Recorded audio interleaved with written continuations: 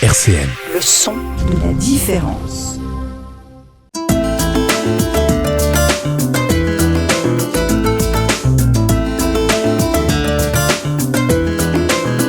Les masques tombent sur RCN.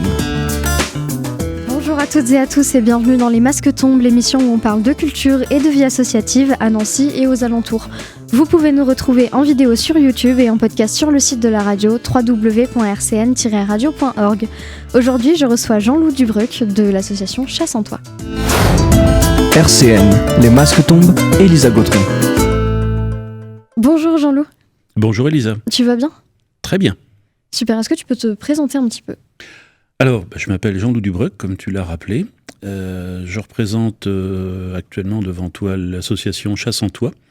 On a tendance de plus en plus à préciser Chasse en Toi 54, parce que via les réseaux sociaux et les recherches Internet, on s'est aperçu que pas mal d'autres associations avaient le même nom que nous. C'est une association donc de protection animale, association de type 1901, comme on dit souvent, qui existe depuis 18 ans maintenant, qui a été créée à l'époque par Jacqueline Vellex, bien connue sur la place de Nancy en matière de protection animale, et qui est toujours notre présidente actuellement. D'accord, et donc toi tu es le Alors, trésorier de moi, je suis l'association. trésorier de l'association depuis 15 mois à peu près, et en charge d'un certain nombre de choses au sein de l'association, compte tenu du fait que notre présidente, avançant en âge, elle ne peut plus nécessairement être présente sur le terrain, tout en continuant à être effectivement l'inspiratrice de l'association. D'accord, et toi c'est quoi ton parcours de vie ? Qu'est-ce que tu as fait avant d'être trésorier de l'association ? Alors avant d'être trésorier, effectivement, j'ai eu un parcours, j'ai fait des études de médecine que j'ai poursuivies jusqu'à, disons, un stade assez avancé, sans aller jusqu'à ma thèse. J'ai pratiqué la médecine d'urgence à Nancy, à l'époque où on avait ce qu'on appelait un SAMU rouge, donc auprès de nos amis les sapeurs-pompiers. Et puis j'ai complètement bifurqué, pour des raisons sur lesquelles je ne vais pas m'étendre, vers l'informatique, dans laquelle j'ai exercé mon métier pendant tout le reste de ma carrière, en fait. D'abord dans le privé, puis auprès de l'université de Nancy, à l'époque université Henri Poincaré, depuis fusionnée avec les autres universités.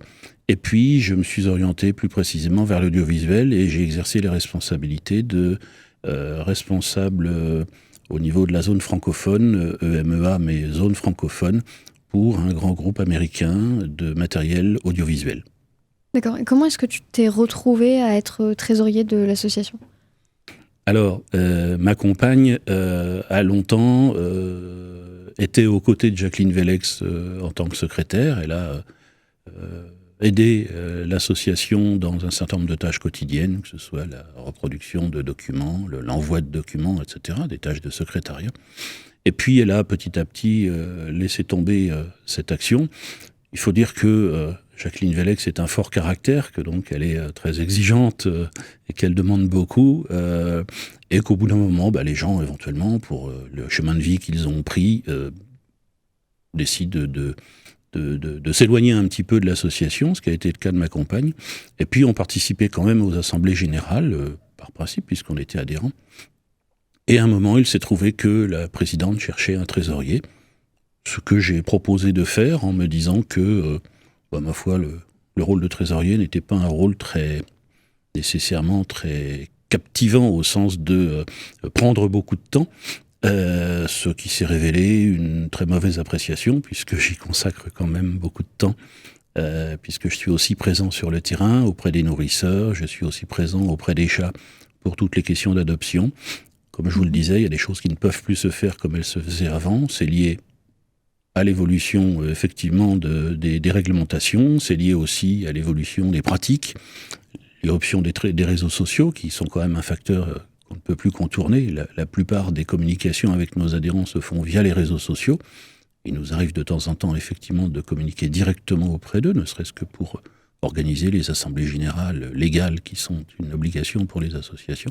Mais pour beaucoup de choses, nous avons effectivement développé les réseaux sociaux, développé des pratiques de terrain qui sont un petit peu différentes et qui ont été obligées de se comment dirais-je, de se modifier, de s'améliorer et de se rendre surtout plus conforme à la réglementation, laquelle, pour des raisons que chacun connaît, la série des fameuses lois L200 quelque chose, dont la fameuse 214 qui sert de nom à une autre association qui, elle, est beaucoup plus orientée sur les maltraitances animales.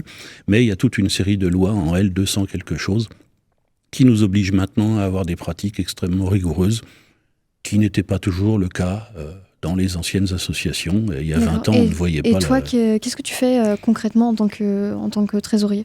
Alors, moi, j'ai commencé par effectivement essayer de mettre en conformité, d'une part, les aspects financiers. Le rôle du trésorier, après tout, c'est essentiellement celui-là. Et puis, on a été sollicité par la préfecture, la fameuse DDPP, pour se mettre en conformité sur d'autres aspects, qui sont des aspects plus légaux. Conformité avec, effectivement, les nouvelles réglementations. Conformité avec des réglementations qui ont été votées en 2021, qui sont entrées en vigueur en juillet 2022. Donc, tout ça est des choses nouvelles, qui n'étaient pas de pratiques courantes et qui n'étaient d'ailleurs pas du tout en vigueur anciennement. Et donc, moi, j'ai joué un peu ce rôle de mise en conformité des choses et d'amélioration, en gros, de la légalité de nos opérations et de nos actions. D'accord. On va reparler un peu plus en détail de l'association. On va juste écouter Oui. Tout le monde veut devenir un cat des Aristochats et puis on revient juste après. Les masques tombent, du lundi au jeudi de 13h à 13h30 sur RCN. On est toujours en compagnie de Jean-Loup Dubreuil de l'association Chasse en Toi. Alors Jean-Loup, est-ce que tu peux nous parler un peu plus en détail de l'association ? Comment est-ce qu'elle s'est créée ? Quand ? Alors, notre présidente, comme je le disais tout à l'heure, a toujours, je crois, été active dans le domaine de la protection animale. Elle a fait beaucoup, même avant la création de l'association, elle était déjà très impliquée. Et puis, elle a regroupé autour d'elle, comme souvent dans ce genre de création d'association, elle a simplement regroupé autour d'elle un certain nombre de personnes qui pensaient la même chose qu'elle et qui étaient prêtes à la soutenir. Ce qui a été le cas depuis tout ce temps, puisque nous sommes une association qui ne bénéficie non pas exclusivement des dons des membres, mais aussi un petit peu, dans une moindre mesure, de subventions, que ce soit des subventions par des fondations ou des associations nationales. Typiquement, effectivement, la fondation Brigitte Bardot, 30 millions d'amis, j'en passe quelques autres. Et puis des collectivités locales, effectivement, du Grand Nancy, globalement. D'accord. Voilà. Quelles sont les actions que vous menez au sein de l'association ? Alors, il y a plusieurs points sur lesquels on agit et qui sont des points relativement indépendants, même si le fait d'être sur le terrain pour certaines d'entre elles nous facilite le travail pour d'autres. La première, la plus régulière, la plus constante, c'est le nourrissage des chats. On y reviendra peut-être sur l'aspect réglementaire, mais autant le nourrissage des animaux errants n'est pas autorisé, autant le nourrissage des animaux libres, c'est-à-dire des chats libres qui ont donc été identifiés, stérilisés, qui ne sont plus susceptibles de proliférer, lui est non seulement conseillé, mais c'est même une obligation, c'est une obligation morale qu'on se donne, de les nourrir et d'essayer de leur rendre la vie plus facile. Donc le premier aspect, c'est le nourrissage, parce que contrairement à ce que disait la chanson, tout le monde veut devenir un cat par le temps qu'il fait en ce moment. Je ne suis pas sûr que tout le monde ait envie de passer ses nuits dans les mêmes conditions que nos chats, même si je sais que malheureusement un certain nombre de sans-abri sont dans cette situation identique. Donc, premier aspect, le nourrissage, ce qui nous permet d'être sur le terrain à un certain nombre d'endroits, de voir un petit peu comment évoluent certaines populations, éventuellement de les tester, puisqu'il y a un certain nombre de maladies et de contaminations virales qui se répandent dans la population. Donc il s'agit de vérifier chaque fois qu'on le peut, ou chaque fois qu'on a un indice qu'il y aurait un souci, vérifier cette population-là, éventuellement l'isoler, puisque la contamination ne donne pas lieu à des traitements, mais elle peut donner lieu à un isolement des chats contaminés en question. Donc ce premier aspect, le nourrissage, nous permet effectivement de déboucher sur la surveillance de certains groupes de chats qui se sont rassemblés autour des points de nourrissage.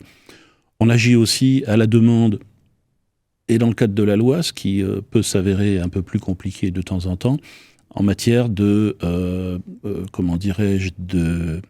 d'aide ou de recueil de population, du moins de portée, par exemple, une portée de chat qui va nous être confiée soit par une mairie, à sa demande express, soit par des particuliers, une portée avec parfois la maman qui va nous être confiée à un stade plus ou moins avancé de l'éducation du chat, qui va nous permettre ou pas de continuer, mais on les sort de la rue. Ça reste globalement l'intention initiale. Le côté émotif de notre action, c'est qu'effectivement, ça ne nous plaît pas de voir les chats dans la rue, éventuellement à la portée des maltraitances et surtout à la portée des intempéries et autres, et de l'absence de nourriture. Donc on essaye d'agir à ce niveau-là. Et puis il y a, je crois, une autre dimension qui est de participer à un certain nombre de forums d'associations, à certaines émissions de radio, par exemple, pour essayer, non pas de répandre la bonne parole, mais d'expliquer nos actions.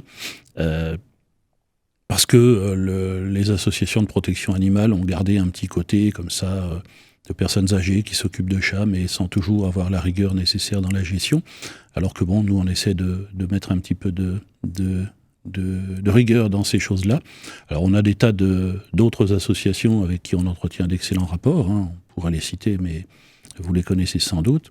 Et puis, on a des tas d'organismes aussi avec qui on entretient d'excellents rapports. Il y a comme ça des associations qui, d'ailleurs, nous aident de temps en temps à recueillir les chats quand nous ne pouvons pas les recueillir nous-mêmes par nos propres moyens. Parce que dans la réglementation, nous sommes considérés comme un refuge sans hébergement. Les deux mots sont un petit peu antinomiques, mais on comprend quand même. C'est-à-dire que nous pouvons recueillir des chats, c'est dans nos missions. C'est reconnu par la DDPP, j'en parlais tout à l'heure, par la préfecture. Mais par contre, nous n'avons pas de lieu dédié qui serait conforme à la réglementation pour conserver les chats dans un lieu unique, les garder captifs dans ce lieu. Donc c'est chez les membres de l'association qu'on peut retrouver les chats ? C'est chez un certain nombre de membres qui sont parmi les plus actifs, j'allais dire. C'est sûrement un des nerfs de la guerre dans une association comme la nôtre, indépendamment des moyens financiers dont on parle souvent, mais c'est certainement effectivement les familles d'accueil. À cette heure-ci, si on me proposait, là, dans les 10 minutes qui suivent, un message qu'on me dise il faudrait recueillir une portée avec la maman dans la journée, le premier problème qui se poserait, c'est de trouver d'ici ce soir une famille d'accueil. D'accord. J'ai pas à cette heure-ci le moyen de le faire. J'ai par contre le moyen, éventuellement, dans la semaine ou dans les 15 jours, d'envoyer ce petit monde chez le vétérinaire et ou de le nourrir. Donc c'est bien un aspect important, c'est que le fait qu'on soit sans hébergement fait que, à la fois, nous n'avons pas les grosses contraintes, effectivement, d'un véritable refuge, avec quand même des contraintes sanitaires, des contraintes de présence permanente de personnel. C'est pour ça souvent qu'on ne peut pas être uniquement avec des bénévoles quand on veut entretenir ce type de refuge. Mais par contre, effectivement, on compte sur des bénévoles, en gardant toujours ce principe de bénévolat, mais pour les familles d'accueil. Justement, comment est-ce qu'on peut rejoindre l'association ? Alors, c'est assez simple. Le plus simple pour nous trouver, ce sont effectivement les réseaux sociaux. On a une page Facebook qui actuellement est suivie par un peu plus de 5500 personnes, donc vous pouvez nous trouver là. Si vous nous trouvez, mais que vous avez l'impression que c'est une autre association, vérifiez bien que c'est l'association qui a son siège social à Laxou, donc dans le Grand Nancy. Et puis via Messenger, qui est souvent lié à la page Facebook, vous pouvez nous trouver assez facilement. D'accord. On a par ailleurs, si vous faites une recherche sur Google ou sur un moteur de recherche, quel qu'il soit, vous nous trouverez, mais sur des sites qui sont anciens et qui n'ont pas toujours pu être retirés du circuit. Et donc, le mieux, c'est la page Facebook. On va faire une petite pause musicale. On va écouter Thomas O'Malley, toujours des Aristochats, et puis on revient juste après. Je vois qu'on a des références. Les masques tombent sur RCN. On est toujours en compagnie de Jean-Loup Dubreuc de l'association Chat sans Toit. Alors Jean-Loup, comment est-ce que, à travers l'association, on peut adopter un chat ? Comment ça se passe ? Alors la procédure, elle est très rigoureuse et très encadrée. Normalement, il ne devrait plus y avoir d'annonces du type « donne chat contre bon soin ». C'est pleine de bonne volonté, ces annonces, mais qui normalement ne devraient plus exister. Pourquoi ? Un chat ne doit plus être échangé, ne doit plus changer de lieu sans être identifié. Donc le plus souvent, les chats qui étaient confiés à des adoptants par ce biais-là n'étaient pas identifiés. Ça, c'est une obligation. Il est absolument interdit de faire adopter un chat avant 8 semaines. Et nous, on est plutôt sur une stratégie vis-à-vis de l'éducation des chatons, de ne pas faire adopter, quand on parle de chats non adultes, donc de chatons, de ne pas les faire adopter avant 3 mois et demi. Ça semble bien et meilleur pour leur éducation. Parce qu'un chat qui est sevré n'est pas nécessairement un chat qui a terminé son éducation, et la maman joue un rôle absolument fondamental. Donc tant que la maman n'a pas repris, j'allais dire, une autre portée, elle va se consacrer à ses chatons, et donc il vaut mieux laisser faire cet aspect-là des choses. Donc là où on encadre ça, elle oblige depuis, justement, j'en parlais tout à l'heure, 2022, elle oblige la signature par le futur adoptant d'un CK, le certificat d'engagement et de capacité en vue de l'adoption d'un chat, qui est un document national, c'est le même dans toutes les associations, et il doit être, d'après la loi, signé 7 jours avant l'adoption effective.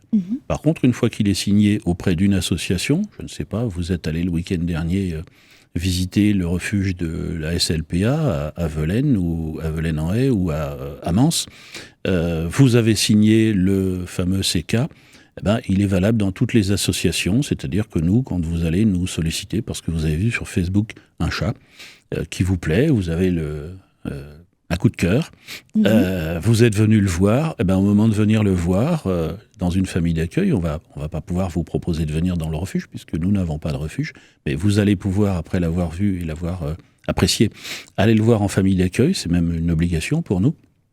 Vous allez nous présenter le fameux CK, et du coup, nous, on va se fier à ce qui a été signé auprès d'une autre association. C'est un document qui est relativement bien fait, qui prend en compte bien toutes les obligations du futur adoptant vis-à-vis du chat, qui va bien le prévenir aussi des conséquences de son geste, c'est-à-dire que la bonne volonté d'adopter un chat, c'est une chose, mais après, il va falloir le nourrir, il va falloir pouvoir l'entretenir, il va falloir pouvoir le faire soigner le cas échéant.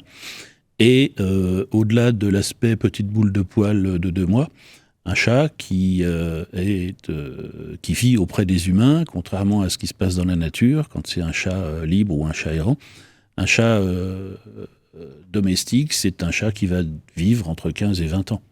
Donc c'est une responsabilité sur le long terme. Donc c'est une responsabilité sur le long terme. À prendre en compte. Oui, tout à fait. Ça conduit certaines associations à être très hésitantes, par exemple, pour proposer des chatons très jeune âge à des personnes âgées, pour des raisons qui sont que nous, on voit bien qu'on recueille souvent des chats au moment où les personnes âgées, c'est les circonstances de la vie, et ma foi, c'est comme ça, soit effectivement décèdent et les familles ne peuvent pas se charger des chats en question, soit changent de domicile, vont en EHPAD, et l'EHPAD n'accepte pas toujours, voire presque jamais, les chats. Donc dans la procédure d'adoption, il y a cette première étape qui est effectivement la signature du CK, c'est un engagement. Nous, on considère et on a beaucoup simplifié notre contrat d'adoption, puisque la deuxième étape, c'est 7 jours après, si on décrit les choses telles que je les ai amorcées, l'adoption réelle, c'est-à-dire que nous, à ce moment-là, on va, après cette visite au domicile de la famille d'accueil, on va nous emmener le chat au domicile de la personne qui adopte, de telle façon qu'effectivement, on puisse apprécier, j'allais dire, ça se passe, c'est pas de l'inquisition, c'est pas vouloir à tout prix fliquer les gens et les futurs adoptants, mais c'est garantir qu'ils aient un minimum de bonne vie, puisque c'est quand même le but. Accueillir le chat dans de qu'il y ait des bonnes conditions a priori normales, dans la mesure où, je dois bien dire qu'on s'est de temps en temps fait un petit peu balader par le beau discours de certains, mais c'est très rare. Nous, le plus souvent, on fait adopter de bons chats. Je veux dire des chats qui visiblement vont avoir toutes les caractéristiques d'un bon chat, qui ne va pas être ensauvagé, qui ne va pas être tout ça. Et on tombe sur de bonnes familles avec des contacts cordiaux et qui se passent bien, et on a régulièrement des nouvelles.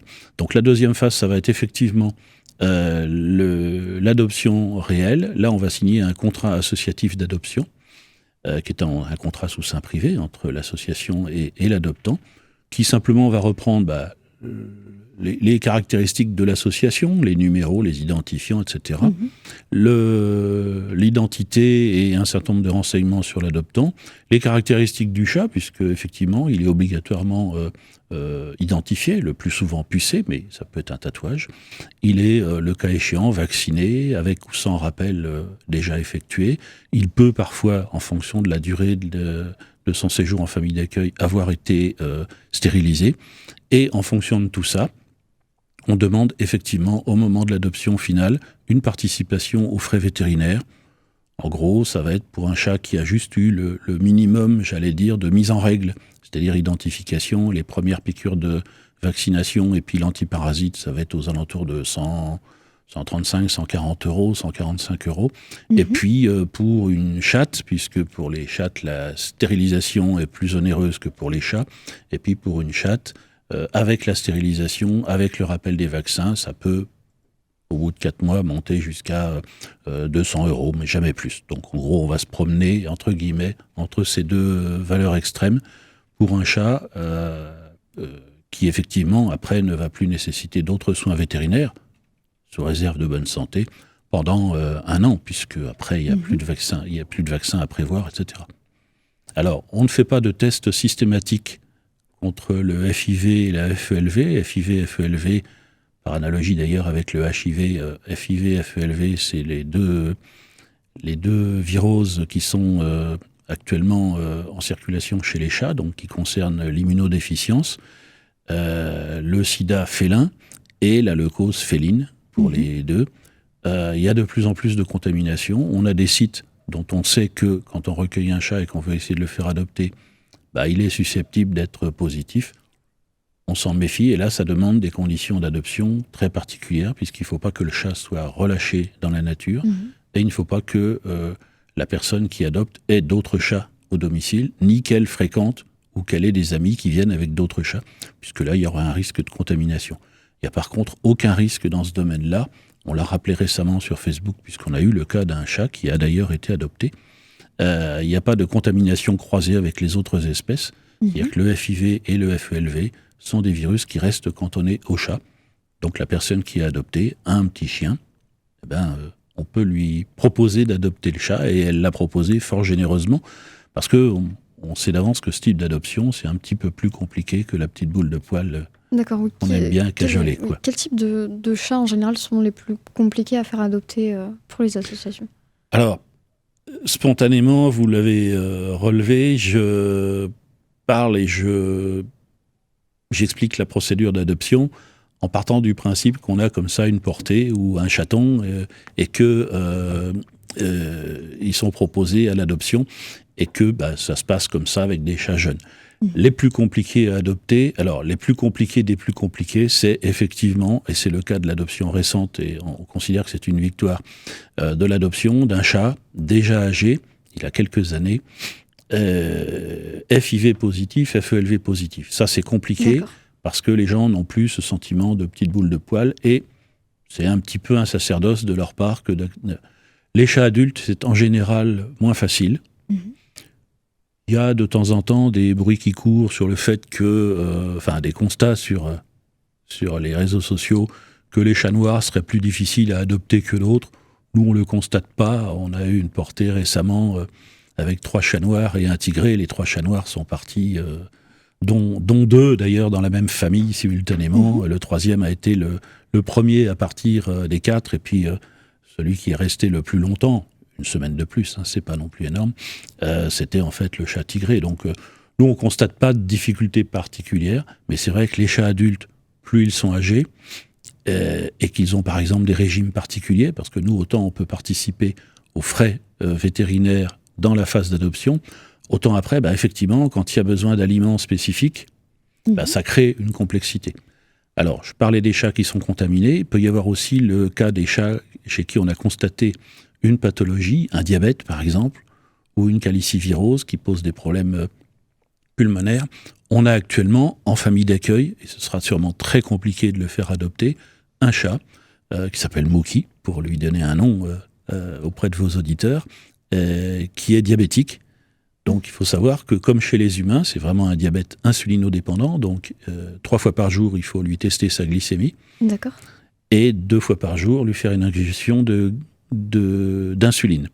Donc, pour un chat qui risque de faire des complications liées au diabète, comme chez les humains, et ça, on peut comprendre que pour un futur adoptant, ce soit, disons, si ce n'est bloquant, du moins une difficulté. Alors, nous, on est tout prêt dans ce genre de cas à aider sur le plan financier par rapport aux frais vétérinaires qui sont à engager. Nous, on fait aussi ce genre de participation. C'est-à-dire que là, évidemment, un chat, dans ce cas-là, on ne va pas demander à l'adoptant de participer aux frais, c'est au contraire nous qu'allons proposer l'inverse. On va inverser un petit peu l'équilibre. Mais par contre, sur la nourriture, effectivement, ça va être des commandes de croquettes particulières, des commandes de bouchées particulières, parce que, comme pour toutes les personnes qui sont diabétiques, l'alimentation est un peu spécifique et doit être très contrôlée. On ne peut pas se permettre de mettre n'importe quel type de croquette en accès libre pour un chat qui est diabétique. Il faut contrôler 40 grammes de croquettes, par exemple, par jour, un demi-sachet d'aliments humides, et c'est des commandes spécifiques qui, évidemment, bizarrement, coûtent plus cher que les aliments normaux. D'accord. Et pour terminer, est-ce que tu aurais un message à adresser aux auditeurs par rapport à l'association ? Est-ce qu'il y a des choses dont vous auriez besoin Alors, je vais pas cacher qu'effectivement, les dons sont toujours une bénédiction, et que nous, on a un devoir, et c'est un devoir absolu que je m'efforce, c'est même peut-être le premier rôle du trésorier, c'est de garantir le bon usage, d'une part légitime, mais surtout l'usage direct auprès des chats de tous les dons qui nous sont adressés. Donc ça, vous pouvez regarder sur Facebook et puis nous contacter. On vous donnera les moyens de nous adresser des dons. Le mieux est de faire des virements plutôt que des chèques, c'est plus sécurisé et puis c'est plus pratique par les temps qui courent. Les familles d'accueil, ça c'est vrai qu'on a toujours, je le disais tout à l'heure, le deuxième nerf de la guerre, c'est les familles d'accueil, et parfois c'est même le nerf de la guerre qui prend le dessus. Et puis, le fait aussi de communiquer autour d'eux, c'est-à-dire le fait d'avoir des gens qui nous suivent sur les réseaux sociaux, c'est toujours une aide précieuse, parce que le fait d'être relayé, le fait d'être connu auprès d'autres associations, ça nous permet de temps en temps d'organiser des choses. On a décidé cette année d'être beaucoup plus présent sur les forums d'associations, les fêtes des associations. On ira probablement dans l'année qui vient à la fête des associations à Nancy. Il y a probablement des choses qui se feront du côté de Saint-Nicolas-de-Port, puisque notre périmètre, effectivement, c'est officiellement le Grand Nancy, mais on va de temps en temps un petit peu plus loin, pour des raisons historiques, parce qu'on a eu des groupes de chats qui se sont développés là-bas. Donc nous, on a besoin de ces trois choses-là. Et puis, on a toujours besoin d'un coup de main pour un trésorier qui avoue parfois être un peu au four et au moulin dans le bon sens du terme, c'est-à-dire être à la fois sur le terrain, s'occuper des chats, jouer le rôle de famille d'accueil, aller faire adopter des chats et puis quand même faire un peu de comptabilité parce que c'est une nécessité. C'est vrai que de pouvoir déléguer tout ou partie de ce que je fais, c'est bien. Moi, dans l'idéal, un trésorier, ça devrait une fois par semaine seulement faire les comptes en se connectant à la banque et puis le reste du temps, tout devrait tourner sans aucune difficulté. C'est pas tout à fait le cas. Mais c'est bien aussi, ça permet d'être au contact des chats puis de ne pas perdre le contact avec la réalité, parce que la vraie réalité, le seul objet de l'association, c'est le bien-être des chats. C'est ça qu'il faut rappeler, marteler, et donc, si c'est mon dernier message, je pense que c'est le plus important. Merci beaucoup Jean-Loup d'être venu. Mais de même, merci Elisa de m'avoir reçu. Pas de souci. Et puis on va se quitter en écoutant des gammes et des arpèges, toujours des Aristochats, et puis on se retrouve très bientôt pour une autre émission des Masques tombent. RCN, www.rcn-radio.org